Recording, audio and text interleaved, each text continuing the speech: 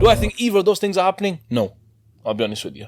Never. You'd be foolish to go toe-to-toe with the guy who's arguably got the hardest hitting punch in boxing.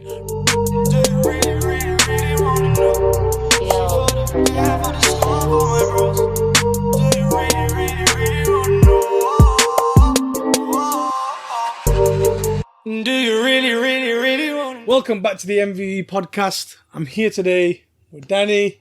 We're back after a long time. How long has it been since me and you did the pod? Bloody hell, man. I don't know. In the grand scheme of things, I genuinely don't know, but it feels long, innit? Yeah, well, I mean, a Fight Club pod. It's been hella busy. It's been a long time. You was on last week with Muji, doing a wicked job. Thank you. 247. We're replacing you soon. We just haven't told you yet.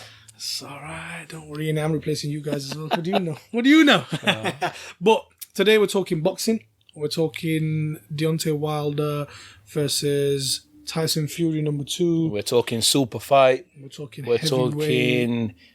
one of the most anticipated fights. But you know what? I'm just going to stop you there. You know, do you think that so far this season, from January to now, boxing's been a bit dry? I mean, obviously... It's been quiet. Yeah, it's been quiet. This is the first major super fight going forward this year of 2020. You have had fights, don't get me wrong.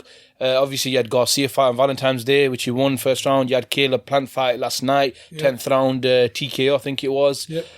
So you've had Gary Russell Jr. So you've had a couple of championship fights there, but nothing too like not your household names. Yeah, not your bang in your face like this is the next thing. Whereas the UFC, I think you've had one or two good events already. Yeah. You got a few more lined up. Well, you've had McGregor return, haven't you? And you've had the thing.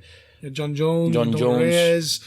But yeah, man. I mean, I'm hella excited about this. I'm stoked, man. That first fight, I was excited for.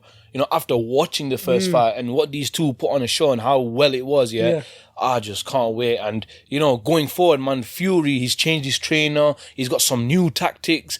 He's talking a lot about strength training. He's like, I want to go toe-to-toe with Deontay Wilder in the middle of the ring. I'm going to knock him out in the second round. Do I think either of those things are happening? No. I'll be honest with you. Never. You'd be foolish to go toe-to-toe with the guy who's arguably got the hardest hitting punch in boxing right now. Right now, yeah. Yeah. Is it more of the same then? I think he's... For Tyson? Yeah, he has to. Like, I don't think Tyson can knock Wilder out. Don't get me wrong, Wilder, a lot of people are very critical of him and they give him a lot of criticisms like he's not got that much ring IQ or he's not a boxer. Yeah. He's actually a lot cleverer than a lot of people think, man. I think they give him credit for it. They don't give him credit because they think of his technique as a bit windmilly and stuff like that. But honestly, he's got a very high ring IQ, man. Okay, you know, not of the greats as the Mayweathers and, you know what I mean, etc., but he has got good ring IQ. He knows ultimately, you know, he doesn't want to get hit. He tries to stay out the frame. Okay, a lot of the times in the first fight, he was trying to shoot off his right hand a little too far away from Fury. But again, I think in terms of what can he change in his training camp, well, I don't think he changes anything. I think... Who won for you? Who won the first fight? Come on, man. Fury won. Fury were robbed. But if you can remember off the top of your head, because I know it was a long time ago. Oh, who won the first fight? Yeah. Wilder won the first fight. No, I know that. You go Google. I'll tell you that. I'm asking you, who do you think won the first fight? Fury. He were robbed. If you can remember, by how many points would you say, by rounds, would you say he won? So, I think, for me, he won about... Do you know what? I'm not going to even lie. He won 10 rounds, I think. And he lost 2. Twice, though, so he technically lost 4. Okay, so you had him by a good 5-6. I had him winning, period. So you had him by quite a bit then. Yeah, a lot of people like Nasser. I discussed this with him. He said a lot of them rounds Fury didn't do anything, and I was like, no, I disagree. I think Fury made Wilder look like he couldn't get anything off until Wilder hit him bang in the face. You know what I mean? And then the resurrection on top of that to get hit from the hardest man in boxing right now currently. He's got a hit in the 12th round. Bro, people get hit in the 10th round and aren't able to get up because of stamina. This guy got hit in the 12th round. He got hit going down. He got hit once. He fell down. He got hit again going down. And he, you know, most referees would have called that off. That's it, finished. They gave him his time. He got up. And after that, he came back fighting even more. He came back fighting even furious more. So, for me, he won it, man. Furious, I like what you did there. Furious, you didn't know what you did there, but you like that. Nah, of course I like bro. that. I like that. No, you know what? I agree. I don't know if I agree with the scoring, what you said, but I think Fury edged it for me. He did edge it by a couple of rounds. There's a couple of rounds where I kind of agree with Nasser. It looked like Fury was doing more, but really, Fury was just making him miss. He wasn't throwing as much. It wasn't landing. But that's as much boxing, as though, isn't And it? of course it is. Of course it is. But I'm just saying they weren't as clear cut, and that's why I didn't like the decision. But I can see why it was a bit closer and why these judges probably. But yeah, I think the judges were smoking crack that day because I think. But we've mentioned it, innit? When you go to the champion's sort of backyard, he's gone to America. You really, to win, you have to put on a clinic or you have to knock out the champ. He kind of did though. I agree, he did, didn't it? He kind of did. I mean, he couldn't do much more. But it's kind of what I wanted to ask you as well. Now he's obviously talked a lot about having to knock him out, not leaving it in the judges' hands. Obviously, I know you briefly touched on it at the beginning, but is there a world in which we live in where Fury can knock him out clean? Because as good as Wilder is, throwing punches, he's also very good at He's got a solid chin. And when man. he does take them, he doesn't really stumble. I think one time in his whole career, I've seen him stumble. I've seen him twice. I think was it the Ortiz fight, the first one? That was the first one, That was the he first did one. stumble, and there was a previous one, and for goodness sake, man, my memory lets me down at this time. But that right was now. the most recent one I can remember. That was the recent one. Before that. There was one before. So the one wasn't after that. There's one before that. Yeah. Eric Molina. Yeah. Rocked him. Yeah. Rocked him, But he held it down though. No, he held it down, but that was the only time where you looked at Wilder getting hit and you thought, yo, this kid's in trouble This right guy, now. he's got pencil thin legs, but the guy's solid. The guy takes a punch and he doesn't even like flinch. He doesn't wobble. And you know what, man? His story, like, you know, I was a critic of Wilder at one point in boxing. I was like, look at this guy. He's got no technique, and I was doing the same. And you know what? The more and more I watch of him, and the more I listen to him, and the more and more, you know, he speaks about his personal struggles with, like, you know, he was sat in the car once in a gun on his lap, and he wanted to blow himself. He's got a disabled daughter. You know what I mean?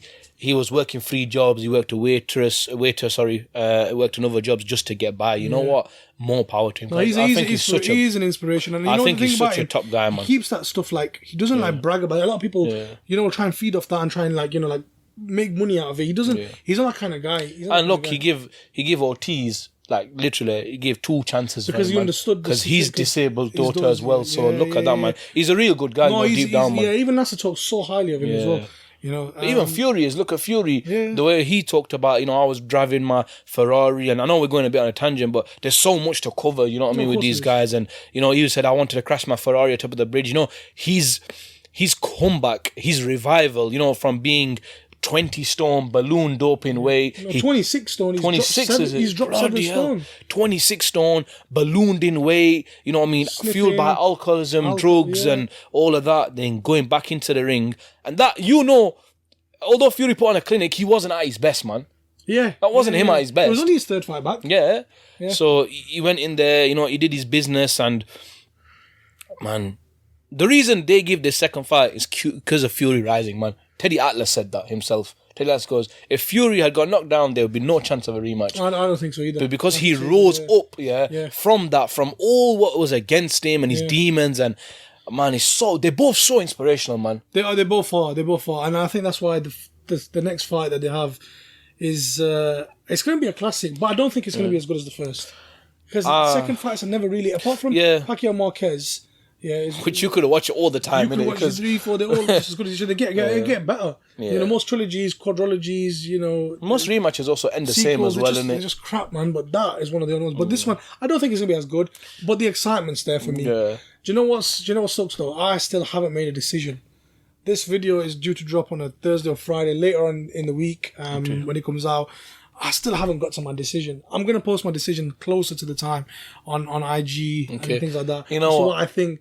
We'll do that together then. Yeah, we'll do that together. I'm not even going to put you in that position. Yeah. But I think just kind of analysing the fight, or what I think is going to happen, I think there's going to be more of the same. Yeah. I think there'll be a lot of running around from Fury, making Wilder miss a lot. Yeah. But the one thing I think Wilder will do is I think he'll have learned to close the distance a bit. Yeah, because Fury was doing that very well in the first fight. I think he'll because he can take a punch. Yeah. And because he probably feels that Fury doesn't have much power to hurt me, I personally see him closing the distance.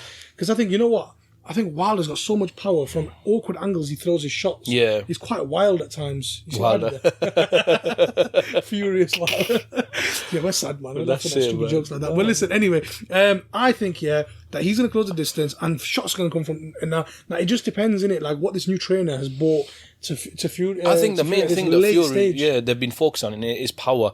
Now, like I said, I don't think he's going to go toe to toe, but I think the reason he's focusing on power as well is because, as well as using the length and the width of the ring in terms of circling and not, because that's what he was doing. He was circling Wilder. Yeah. He was parrying with his right hand. So every time Wilder tried to throw, because Wilder always throws the first and then the second is his power shot. His power shot over the top. So he wouldn't even let him get his first shot off, so he couldn't throw the power shot. Yeah. But and it was frustrating him. Yeah, but I also think Fury, when you say closing the gap, I think they will meet in the center ring a few times in this fight. Do you reckon? Yeah, and not for power, not for like, Hagler Hearns throwing at each other, a pure fight. I think what Fury's going to try and do is smother him.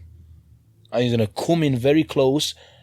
And because, come on, if you're here, you can throw that punch, If you're up here, you can't throw that power shot. But do you want to take that risk in the center of the ring?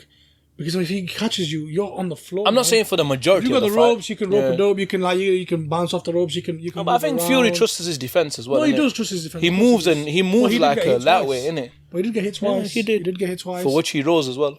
That is also true as well. I don't know, man. I can definitely see another knockdown, but will it be the one that takes Fury out? And also the other thing I want to say, that cut he's got. Them cuts take forever to heal. Yeah. I want to know, like. Obviously, when you see him about on Instagram and stuff like that, and in interviews, it doesn't look like there's much there. But do you know, as soon as you start getting hit there, if he manages, if Wilder with the power he has manages to clip him there, it gets cut again. Yo, if I were Wilder, I'd be targeting that same place constantly. That's what I worry about as well for Fury. I don't know. That's a good take. That I never thought like that. That's because them cuts take forever to heal. Especially you've seen the side. When we was in Germany and you watched it. Yeah, Otto Wallin. You told me look at that cut. Mate, if that was anyone else, they would have stopped that fight. But because it was Fury, they didn't stop the fight. They put a ton load of Vaseline on it and tried to think it. And he saved his eye. So we're gonna save our decisions for later on in the maybe even on Fight Night we do the decisions. So what I'm saying is that if you guys aren't already following the social medias, which you should be, the Twitter, B-Man will do a great job of linking it down below, and also the Instagram and the Snapchat. If you want to see our prediction, you're gonna have to wait till then. Yeah, no, you're absolutely spot on. But is there any last thoughts you want to drop? Anything? I'm trying to get something out of you. All right, listen. If you go back and watch the first review preview of this fight we did, I stay by my decision. That's all I'm saying. I stick by my winner then. Who I chose then, I'm choosing him again. Okay.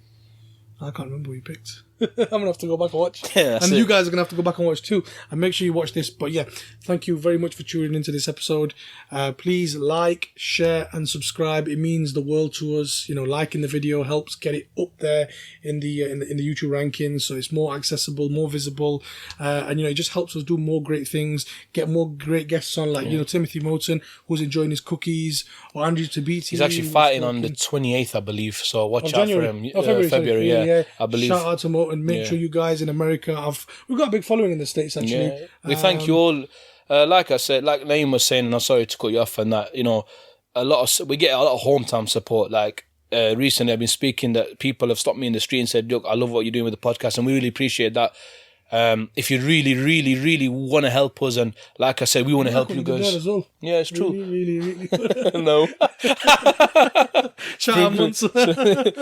Please, guys, make sure you are subscribed, and as well as you being subscribed, tell your friends about us, man. You know what I mean? Great things come to communities when we work together. We have each other's backs, and like I said, our only aim is to bring fire content, great content. You see the graph that we boys put in, man. Like, we have day jobs, you know what I mean? We have responsibilities, but we're still in the studio at odd times, and we're just 5, 6 brothers, having the time of our life, and just really appreciating the support. So please make sure you do our continued support. Listen, thank you very much for tuning into this video and all our videos.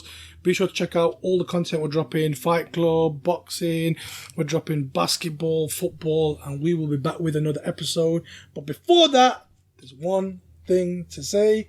What's the number 1 rule of Fight Club, Danny? We always talk about Fight Club. Peace.